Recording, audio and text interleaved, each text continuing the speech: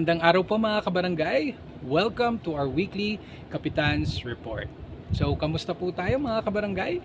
I hope everyone is doing well. No? Sana maayos po ang ating kalagayan at syempre sana ay nararamdaman na natin ang simoy ng Pasko. No?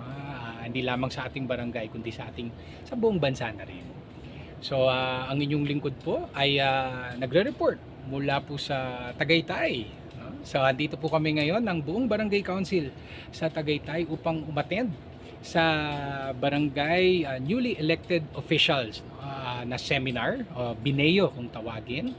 And isang bahagi na rin ito ng aming formal na pagsisimula ng aming bagong termino bilang mga barangay officials ng barangay San Antonio. So, ang seminar po na ito, ang workshop po na ito ay organized by the City Government of Pasig, of course in collaboration with DILG, para ang mga bagong halal na opisyal ay mabigyan ng mga gabay pagdating sa aming mga duties and responsibilities bilang mga community leaders dito po sa lungsod ng Pasig. So bukod po dito sa workshop na ito, no, bahagi po ng transition ng bagong term is syempre yung aming official oath taking. Lahat naman kami ay nakasumpa na sa aming tungkulin bilang mga barangay officials at syempre nagsimula na rin ang ating mga regular sessions sa barangay San Antonio. So officially nag-start ang term namin nung November 20, at again in these 2 weeks nakapag-session na kami do sa bawat week po na iyon para makapag-touch base na rin ang mga kagawads, ang ating secretary and treasurer, at makapagplano na po tayo ng ating mga magiging activities and programs sa mga darating po na taon para po sa termino po na ito. So syempre hinihiling ko lang ang pagkakataon na ito para maipakilala ko ang ating mga barangay council, ma-enumerate natin at syempre masabi rin natin ang kanilang mga respective na mga committees. So syempre unang-una ang ating ex-officio member, ang ating SK chairman, si Justin Garde, siya po ang co-chair natin sa Sports and Development. Si Kagawad Ping Aguilar will handle our Committee on Livelihood.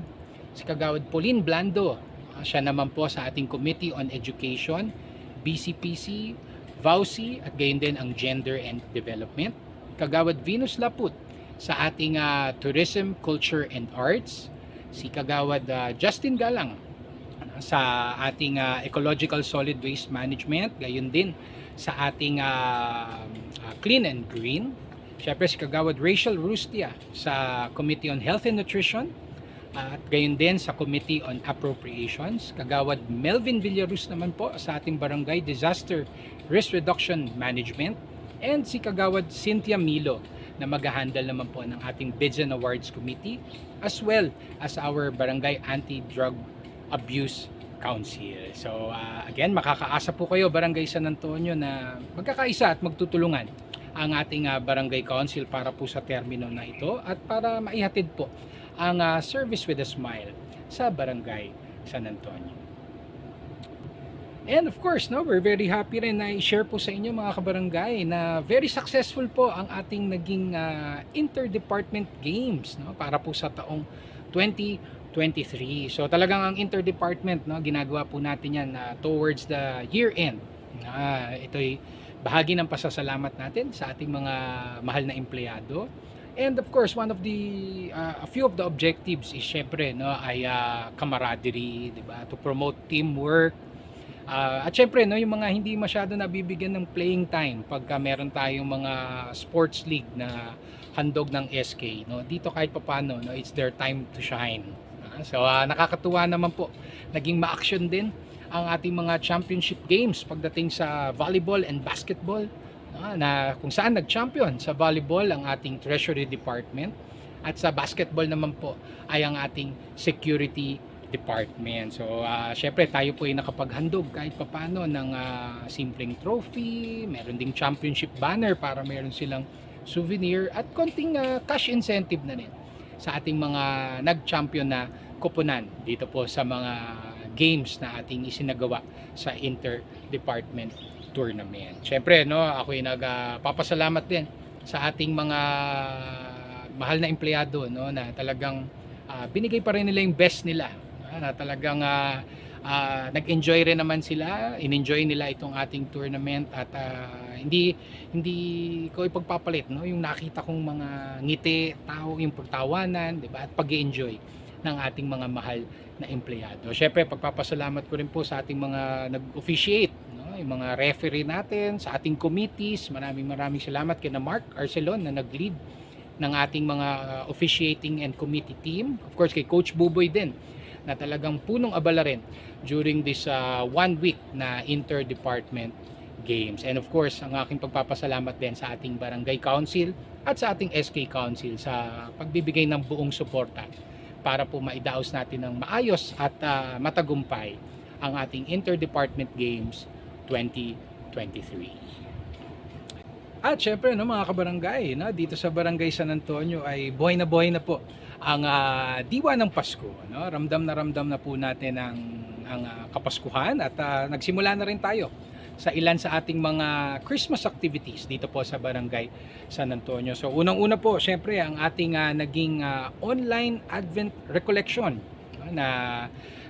mapapanood po ninyo sa ating mga official social media accounts, sa ating YouTube channel.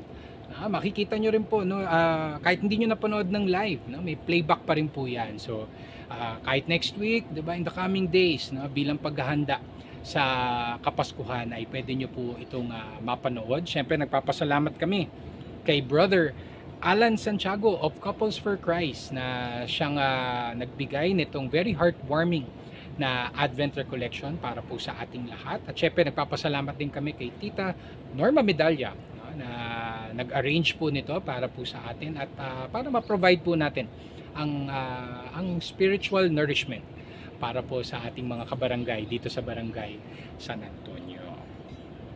At syempre, no, we're also very happy to report to everyone na magbabalik na po ang ating in-person simbang gabi masses. So ever since the lockdown, no, ngayon lamang magbabalik ang in-person na simbang gabi. So again, ang simbang gabi will begin on December 16. So 9 mornings po yan hanggang December 24. At ang schedule po niyan ay 5 a.m. o 5 ng umaga po. And of course, no, yung ating Christmas Eve and New Year's Eve masses naman po ay gaganapin po ng 6 p.m. naman po. So again, no, lahat po ng ating mga misa na i-host dito sa ating barangay hall ay gaganapin po sa ating basketball court. So again, paalala ko lang po, no, simbang gabi, December 16 to 24, 5 a.m. At ang ating New Year's Eve and Christmas Eve masses, which is on December 24 and December 31 ay gaganapin naman po sa ganap na 6 p.m. So again, maraming salamat po sa ating main collaborator para po sa ating mga banal na misa dito sa Barangay San Antonio, ang ating parokya na Holy Family Parish, of course, sa pangunguna po ni Father Joseph. And no, sa ating mga kabarangay, siguro natanggap nyo na, no? So tuloy-tuloy po ang ating pamaskong handog o alay pasasalamat na bigas para po sa ating mga kabarangay. So ang bawat registered voter po ng Barangay San Antonio ay tatanggap po muli ng 10 kilo ng bigas. At ongoing po ang ating distribution house to house, no? Talagang dinadala po natin sa inyong mga tahanan. So sa village po natin, halos patapos na po dito. Sa ating mga kabarangay naman sa Ortigas Center, nagsimula na rin tayo, pero nakakatuwa, napakabilis ng ating distribution process. Siguro nasanay na rin ang ating distribution team. At syempre, miski yung ating mga kabarangay, no, kabisado na rin itong ating paghahandog ng bigas tuwing Kapaskuhan. So sa mga hindi naman nakatira na sa atin o hindi na regular na umuwi dito sa atin pero rehistrado pa rin dito sa Barangay San Antonio, maaari po kayong bumisita sa ating barangay hall, no? May distribution din po tayo doon para inyong maklaim ang inyong pamaskong handog na bigas. So sa mga nakaligtaan naman po, no, especially yung mga iniikutan natin dito sa ating barangay, no, pagpasensyahan nyo, no, minsan meron lang tayong human error, no, hindi po mawawala yan. Pero again, PM is key, no? Pwede nyo kami i-message sa aming mga social media accounts. Yung iba nating mga kabarangay nagme-message din personal po sa inyong lingkod. At agad naman po nating naaaksyonan at napapadala naman po yung inyong pamaskong handog na bigas. So again, kami po nagpapasalamat, no, sa ating distribution team na talagang napakasipag. Alam ko hindi madali, no, na talagang may buhat-buhat tayong mga kaban ng bigas. Pero sa inyong tulong, pakikiisa, no, nakita po natin na talagang naging very seamless ang ating distribution ng pamaskong handog para sa ating mga kabarangay. At syempre, no, nagpapasalamat din kami sa SM Store Estancia, no, kapitbahay po natin yan, no, diyan lang, isang tawid lang, no, mula sa Meralco Avenue, no, sa kanilang ginawa na Corporate Social Responsibility Program dito po sa Barangay San Antonio, na kung saan sila po ay naghandog ng 2 wheelchair para po sa ating 2 kabarangay na talagang nangangailangan po nito. So again, no, dahil sa kolaborasyon po na ito, no, maaga pong pamasko ito para sa ating mga kabarangay. And again, maraming salamat, and we do look forward to more collaborations with you in the future. And of course, no, i-share lang namin, no, and i-report lang din namin na syempre dito sa Barangay San Antonio, no, patuloy po ang BSA sa ating walang patid na suporta para po sa ating lokal na pamahalaan po ng Pasig. So unang-una po ang aming pagbati ng congratulations sa Pasig City na kamakailan po ay kinilala bilang isa sa mga awardee ng Seal of Good Local Governance or SGLG. So ang SGLG po ay isa sa mga more prestigious na mga award-giving bodies, lalong-lalo na po pagdating sa governance o pamamahala ng isang LGU. And ang Pasig City ay isa po sa mga LGU na kamakailan ay nabigyan ng pagkilala pong ito.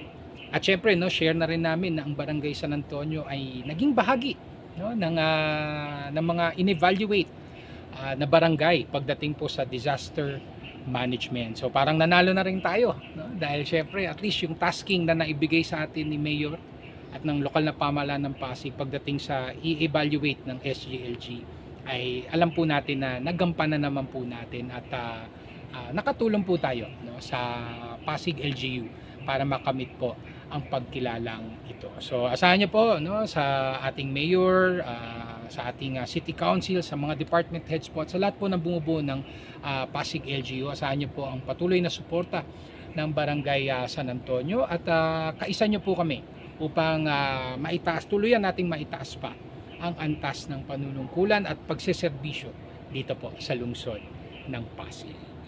At syempre, no, naging bahagi din po ang Barangay San Antonio sa isinagawa na trade show sa Feliz, Ayala Malls Feliz, na may tinatawag na Tatak Pasigueño. So ito pong trade show po na ito ay tinampok ang ilan sa mga local brands ng Pasig City upang syempre ma-promote ang yung sabi nga nila, 'di ba, support local.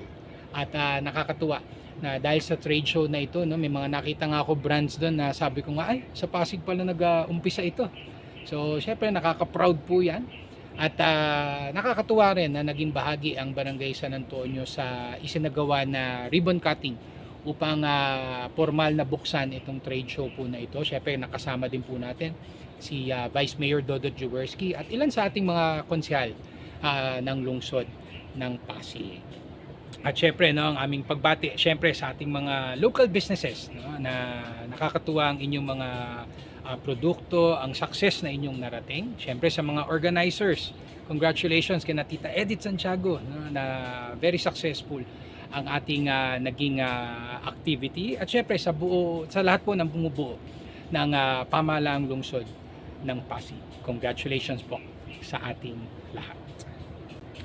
And syempre, no, mga kabarangay, no, we're also very happy to share with everyone, no, na tuloy-tuloy na po at in full swing na po ang ating paglulunsad ng iba't ibang mga skills training programs sa Barangay San Antonio. So sa ngayon po, no, meron tayong 2 skills training programs at yan po ay ang tourism promotions and ang bread and pastry making. Syempre ito po ay kolaborasyon with TESDA at ilan sa mga TESDA accredited na learning centers dito po sa ating bansa. So may allowance pa ho ito, no? So ibig sabihin, nakita nyo, libreng pag-aaral na, di ba? May allowance ka pa, kumita ka pa kahit papaano. So again, we do look forward to more collaborations with the TESDA Learning Centers. Of course, itong ating programa ay open not just to BSA residents, kundi pati sa BSA non-residents as well. So maraming salamat kina Kagawad Ping Aguilar, of course kay Kagawad Venus Laput, kay Kagawad Melvin Villaruz, no? At syempre sa lahat ng mga TESDA instructors, mga TESDA training centers. Marami pa ho tayong ilulunsad na mga skills training programs para po sa ating mga kabarangay at para po sa mga Pasigueño. So again, ang aking patuloy na pag-anyaya po, paghikayat po sa ating mga kabarangay to please like and follow our official Facebook pages. Please subscribe to our YouTube channel. Please join our Viber community group. And please regularly visit our official website sanantonio.pasigcity.gov.ph, no? Para lagi po tayong updated sa mga kaganapan po natin dito po sa ating barangay. Alam nyo po, pagka natutunghayan nyo po ang ating mga activities, no? Dito magsisimula ang iba't ibang mga kolaborasyon pa at partisipasyon ng ating mga kabarangay para magkatulong-tulong po tayo sa iba't ibang mga serbisyo na pwede po nating ihatid para po sa ating komunidad. So again, ang aking lubos na pagpapasalamat sa ating mga katuwang sa pagseserbisyo, ang ating mga barangay employees, the barangay council, the SK council, our social media team, of course sa ating mga collaborators, donors, mga benefactors po natin. Maraming salamat po sa inyong tulong at suporta. And of course, last but not the least, no, ang ating pagpapasalamat sa ating mga mahal na netizens, mga constituents po natin, mga kabarangay po natin sa inyong walang sawang tiwala at suporta na inyong ibinibigay sa barangay San Antonio. So again, ang aking pagpapasalamat po sa inyong lahat sa inyong pakikinig, and rest assured that BSA will continue to do its best upang ihatid po ang tunay na service with a smile para po sa ating komunidad. So sa ating mga kabarangay, let's continue to pray, no? Let's pray for the best. Mag-ingat po tayo lagi. Stay safe always. And may God bless us all. Thank you.